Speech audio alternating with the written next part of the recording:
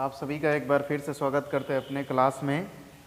आज हम lesson number 2 का रिवीजन करेंगे, कक्षा 10 विज्ञान, जो कि स्पेशली रसायन विज्ञान की बात होगी यहाँ पे।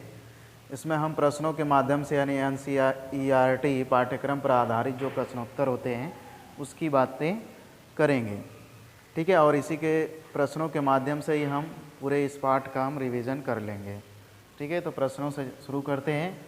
तो आप देख सकते हैं ऐसे लिखा होगा आपके बुक में लास्ट में NCERT, ऐसे प्रश्नों को हम बताने जा रहे हैं। आप देख लीजिएगा, ये बुक के लास्ट में है, दिया हुआ है सब, ठीक है। कुछ लोगों के बुक में हो सकता है कि बीच बीच में प्रश्न दिए हों, तो आप उसको थोड़ा सा बुक के माध्यम से देखते रहिएगा, तब अच्छा से समझ में आएगा।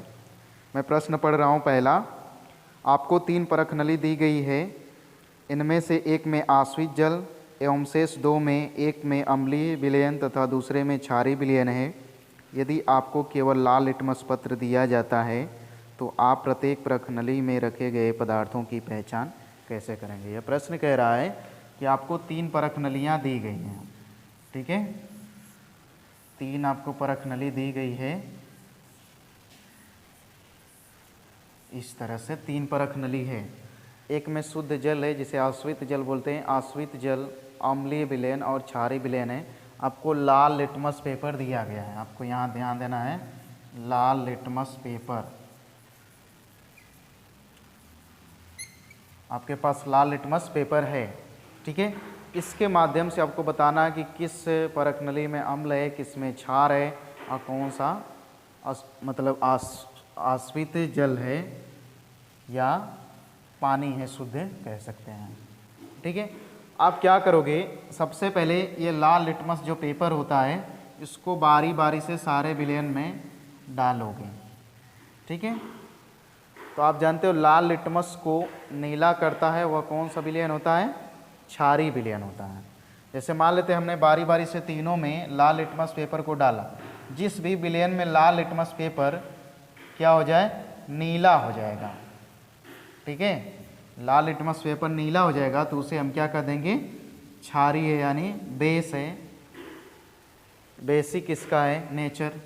अब बचा 2, मान लेते हैं कि हमारा ये वाला इसमें हम मिलाए तो हमें लाल लिटमस क्या हो गया, नीला हो गया। इसको हमने मान लिया कि बेसिक है, मतलब क्षारीय है, ठीक है। इसके बाद बचा 2, एक में शुद्ध जल होगा, एक में अम्ल होगा। तो अब फिर इस नीले लिटमस को दोनों में डालेंगे। तो आप जानते हो जो अम्ल होता है नीले लिटमस को लाल कर देता है, तो फिर से दोनों में जैसे ही डालेंगे तो किसी में जाएगा तो वह नीला लिटमस फिर से लाल हो जाएगा, तो वह क्या हो जाएगा, अम्लीय हो जाएगा। मान लेते हैं कि एसिडिटी हो जाएगा, एसिडिक हो जाएगा उस विलयन का जो नेचर होगा, ठीक।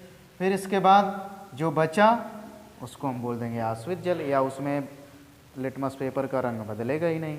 तो इस तरह से हम तीनों परख नली में बार बार से लिटमस पेपर को डाल करके चेक करके बता सकते हैं। इसी को अपने भाषा में लिख देना है, ठीक है। चलिए इसको हटाते हैं, अगला प्रश्न देखते हैं। दूसरा प्रश्न है, कह रहा है कि पीतल एवं तांबे के बर्तनों में दही एवं खट्टे पदार्थों को क्यों नहीं रखना चाहिए। यानी जो पीतल के बर्तन होते हैं उसमें हमें दही या खट्टे पदार्थ क्यों नहीं डालने चाहिए। जो पीतल या तांबे का बर्तन होता है वह धातु होती है, उसमें धातु मिली होती है। तो धातु जो होती है अम्ल से क्रिया करती है, क्योंकि जो भी खट्टे पदार्थ होते हैं उसमें अम्ल होता है। तो अम्ल से जब धातु क्रिया करेंगे तो हाइड्रोजन गैस और जहरीली लवण बनेगा। जैसे हम मान लेते हैं कि सल्फ्यूरिक अम्ल लेते हैं, H2SO4 प्लस जिंक ले लिए, ठीक है। इसका हमने क्रिया करा दिया, सॉरी यहाँ पे हम ले लेते हैं कापर, कापर से तो यहाँ पे हो नहीं पाएगा, एल्यूमिनियम ले लेते हैं यहाँ पे, H2SO4 प्लस एल्यूमिनियम, ठीक है। अब एल्यूमिनियम, जैसे पीतल में क्या होता है, एल्यूमिनियम और कापर का मिश्र धातु होता है, उसी तरह तांबा का भी बर्तन रहेगा, यहाँ पे हम कापर ले सकते हैं। तो अब क्या होगा, कोई भी खट्टा पदार्थ है उसमें अम्ल होगा। अब उस पदार्थ में कौन सा अम्ल होगा, अब उस पर नेचर करेगा कि उसमें कौन सा अम्ल है, इसका पता करना पड़ेगा।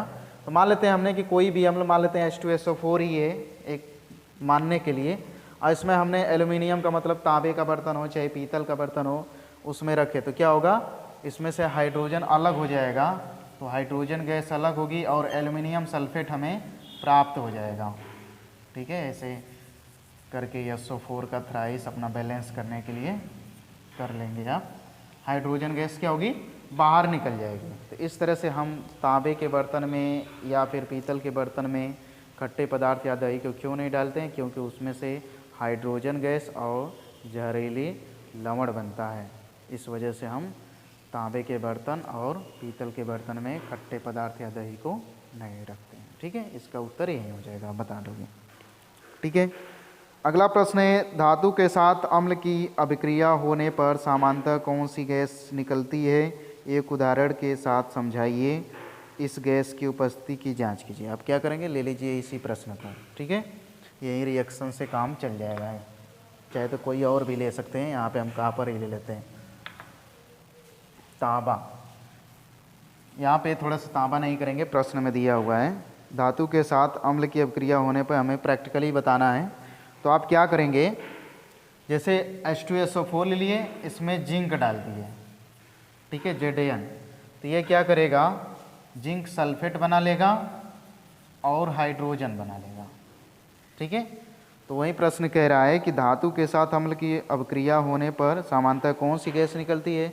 तो कोई भी धातु है, मान लेते हैं यहाँ पे हमने जिंक ले लिया या अम्ल ले लिया, तो कौन सी गैस निकलती है, हाइड्रोजन। आधा प्रश्न का उत्तर हो गया कि मतलब किसी अम्ल में अगर धातु से क्रिया कराते हैं या किसी धातु का अम्ल से क्रिया कराते हैं तो कौन सी गैस निकलती है, हाइड्रोजन गैस निकलती है।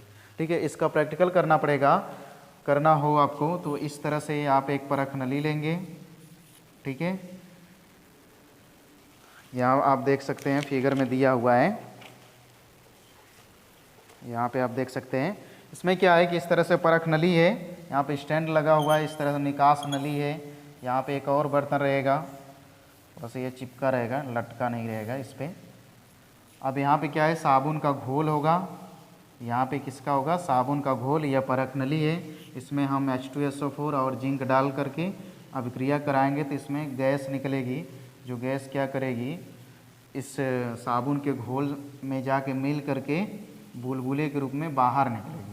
अब यह बुलबुले के रूप में जब बाहर निकलेगी तो हम एक मोमबत्ती जलती हुई लाएंगे इसके संपर्क में, तो ये आवाज़ करेगी, फटफट की आवाज़ करके तेज़ी से जलेगी। तो इससे हमें पुष्टि हो जाएगा कि इसकी अभिक्रिया करा रहे हैं तो हमें हाइड्रोजन गैस निकलती है। ठीक है, तो इसमें ये उत्तर देना है। क्या देना है कि किसी भी अम्ल की क्रिया यदि धातु से होती है तो हाइड्रोजन गैस निकलती है। जैसे मैं आप उदाहरण रिएक्शन लिख सकते हैं। इसके बाद आप प्रैक्टिकली बताना चाहें तो बता सकते हैं कि एक परख नली में जिंक लिए, यहाँ पे जिंक ऑक्साइड मत समझिएगा, यह बुलबुले के रूप में बताए थे। जिंक लिए और उसमें सल्फ्यूरिक अम्ल को मिलाए तो हाइड्रोजन गैस निकली है। और यहाँ पे साबुन का घोल है जो बुलबुले के रूप में ऊपर निकलता है, वहाँ पे हमने मोमबत्ती ला के रखा जिससे कि वो बुलबुला फटफट की आवाज़ के साथ तेज़ी से जलता है। चलिए अगला प्रश्न है हमारे पास, चौथा प्रश्न आप देख सकते हैं बुक्स के माध्यम से। कोई धातु यौगिक A तनु सल्फ्यूरिक अम्ल के साथ अभिक्रिया करता है तो बुदबुदाहट उत्पन्न होती है। इससे उत्पन्न गैस जलती मोमबत्ती को बुझा देती है। यदि उत्पन्न यौगिकों में एक कैल्शियम क्लोराइड है तो इस अभिक्रिया के लिए संतुलित रासायनिक समीकरण लिखिए। ठीक है, प्रश्न को बार बार नहीं पढ़ेंगे क्योंकि टाइम ज़्यादा लग जाएगा, आप पढ़ लीजिएगा। देखिए इसके कहने का मतलब ये है साफ साफ कि कोई यौगिक है, ठीक है, ए है, वह धातु यौगिक है। धातु यौगिक का मतलब कि उसके अंदर कोई ना कोई धातु उपस्थित होगा। वह क्या करता है, सल्फ्यूरिक अम्ल यानी HCl से क्रिया करता है। ठीक है, इसमें उत्पन्न गैस मोमबत्ती को बुझा देती है। कोई भी गैस उत्पन्न होगी, यहाँ पे मान लेते हैं यक्स उत्पन्न होगी। ठीक है, यदि उत्पन्न गैसों में एक कैल्शियम क्लोराइड हो, मतलब कि उत्पन्न गैस के साथ एक क्या हो जाए, कैल्शियम क्लोराइड हो, CaCl2 हो जाए, तो इस अभिक्रिया के लिए संतुलित रासायनिक समीकरण लिखिए। अब देखिए यहाँ से कैल्शियम क्लोराइड है, यहाँ पे यक्स है। अब एक चीज़ सोचिए कि कौन सी ऐसी गैस है जो जलती हुई मोमबत्ती को बुझा देगी। तो ऑक्सीजन की उपस्थिति में जलती है, कार्बन डाइऑक्साइड रहेगा तो बुझ जाएगी। तो यहाँ पे CO2 कर देंगे कार्बन डाइऑक्साइड के लिए।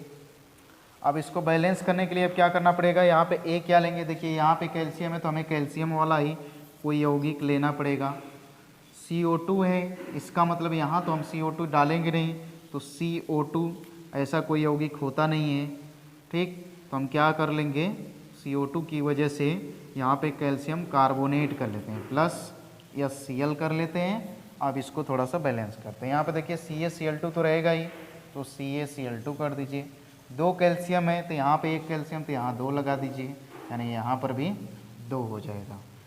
अब देखिए बचा क्या, H2O, यहाँ पे कर देंगे CO2 है ये पहले से। अब बैलेंस करने के लिए बचा क्या, यहाँ पे CaCO2, एक ऑक्सीजन बचा, यहाँ से हाइड्रोजन बचा, तो यहाँ पे हम कर देंगे H2O। ठीक है, तो ये रिएक्शन क्या हो जाएगा, बैलेंस हो जाएगा। बस यही काम करना है। चलिए अगला प्रश्न है, इसको आपको समझ लेना है। कह रहा है कि यह ClHNO3 मतलब नाइट्रिक एसिड और क्या बोलते हैं हाइड्रोक्लोरिक अम्ल आदि जलीय विलयन में अम्लीय अभिलक्षण क्यों प्रदर्शित करते हैं, जबकि अल्कोहल एवं ग्लूकोज जैसे यौगिकों के विलयन में अम्लता के अभिलक्षण नहीं प्रदर्शित होते हैं। ठीक है, आप जानते हो कि अम्ल क्या होते हैं, वे पदार्थ जो जलीय विलयन में H+ आयन देते हैं उसे अम्ल कहते हैं। तो आप अगर देखा जाए, कह रहा है कि HCl जो है हाइड्रोक्लोरिक अम्ल और नाइट्रिक एसिड जो है वह जलीय विलयन में, ठीक है, जलीय विलयन में अम्लीय गुण दर्शाता है, जबकि अल्कोहल मतलब C2H5OH और ग्लूकोज C6H12O6 अम्लीय गुण प्रदर्शित क्यों नहीं करता है। तो आप बता दोगे क्योंकि HCl जो है जलीय विलयन में हाइड्रोजन आयन देता है। ठीक है, ये BH+ और NO3- देता है, इसलिए HCl और HNO3 क्या होते हैं, अम्लीय गुण प्रदर्शित करते हैं, जबकि अल्कोहल और ग्लूकोज अम्लीय गुण प्रदर्शित नहीं करते हैं, क्योंकि ये सब जलीय विलयन में H+ आयन नहीं देते हैं। क्योंकि आप जानते हो कि अम्ल क्या होते हैं, वे पदार्थ जो जलीय विलयन में H+ आयन देते हैं उसे अम्ल कहते हैं। तो HCl और HNO3 जो है जलीय विलयन में H+ आयन देते हैं, इसलिए अम्लीय गुण प्रदर्शित करते हैं, जबकि अल्कोहल और ग्लूकोज ऐसा नहीं करते हैं। ठीक है, चलिए अगला प्रश्न है कि अम्ल का जलीय विलयन क्यों विद्युत का चालन करता है, क्योंकि इसमें आयन उपस्थित होते हैं। यानी जैसे ही अम्लों को जल में डाला जाता है तो आयनों के रूप में टूट जाते हैं, आयनों के रूप में टूटने की वजह से ही वह विद्युत का चालन करते हैं, यानी उसके ऊपर विद्युत आवेश हो जाता है। जैसे कि HCl है, इस पर H+ आ गया, यानी धन आवेश हो गया यह, तो इस वजह से विद्युत का चालन होता है। यानी सिंपल सा कहोगे कि अम्ल जो होते हैं जलीय विलयन में आयन बनाते हैं, इसलिए वह क्या करते हैं, विद्युत का चालन करते हैं। ठीक, आगे शुष्क हाइड्रोक्लोरिक अम्ल गैस शुष्क लिटमस पत्र के रंग को क्यों नहीं बदलता है, क्योंकि शुष्क मतलब कि कोई भी अम्ल है यदि जल में जाएगा तभी H+ आयन देगा, और जब H+ आयन देगा तभी अम्लीय गुण प्रदर्शित करेगा, अन्यथा नहीं करेगा। ठीक है, इस वजह शुष्क कह रहा, शुष्क मतलब सूखा हुआ जब हाइड्रोक्लोरिक अम्ल रहेगा, अगर उसको हम लिटमस पेपर का यूज करेंगे तो उसमें से H+ आयन तो निकलेगा नहीं, जब H+ आयन नहीं निकलेगा तो वह अम्लीय गुण नहीं प्रदर्शित करेगा, जब अम्लीय गुण प्रदर्शित नहीं करेगा तो वह लिटमस पेपर का रंग भी नहीं बदलेगा। ठीक है, अगला प्रश्न है CaOCl2 यौगिक का प्रचलित नाम क्या है, CaOCl2 का प्रचलित नाम क्या है, तो आप जानते ही हैं विरंजक चूर्ण नाम होता है।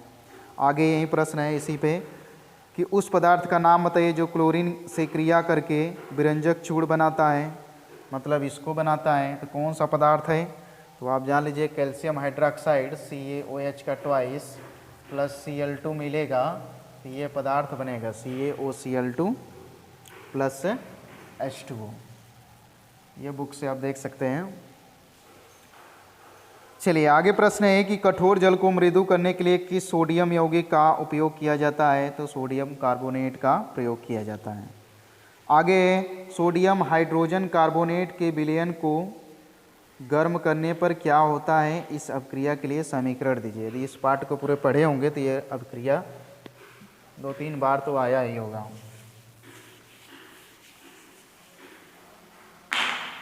कह रहा है कि सोडियम हाइड्रोजन कार्बोनेट के जलीय विलयन को गर्म करते हैं तो क्या बनता है Na2CO3 प्लस CO2, ये वाली अभिक्रिया है।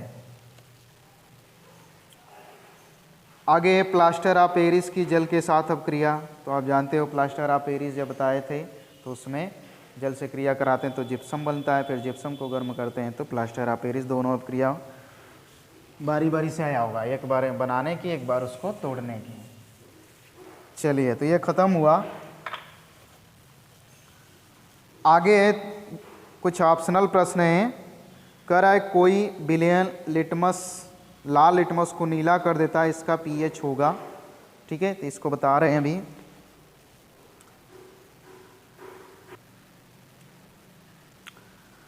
चलिए देख लेते हैं इसको, बाकी सब इसके बाद में बात करेंगे क्योंकि लंबा क्लास हो जाएगा इसलिए। देखिए कह रहा है कोई विलयन लाल लिटमस को नीला कर देता है, इसका पीएच संभवतः होगा 1 होगा, 4 होगा, 5 होगा, 10 होगा। तो आप देखिए लाल लिटमस को नीला कर देता है, कौन करता है? अम्ल करता है, क्षार करता है? तो आप जानते हैं कौन करता है? क्षार करता है। तो क्षार करेगा तो क्षार का जो पीएच होता है वह 7 से अधिक होता है, अम्ल का कम होता है। तो लाल लिटमस को नीला करता है, कौन करता है? क्षार करता है। तो क्षार का पीएच कितना होगा? 7 से जब होगा तो अधिक होगा। तो ऑप्शन देखिए 1, 4, 5 और 10, तो ऑप्शन कौन सा हो जाएगा?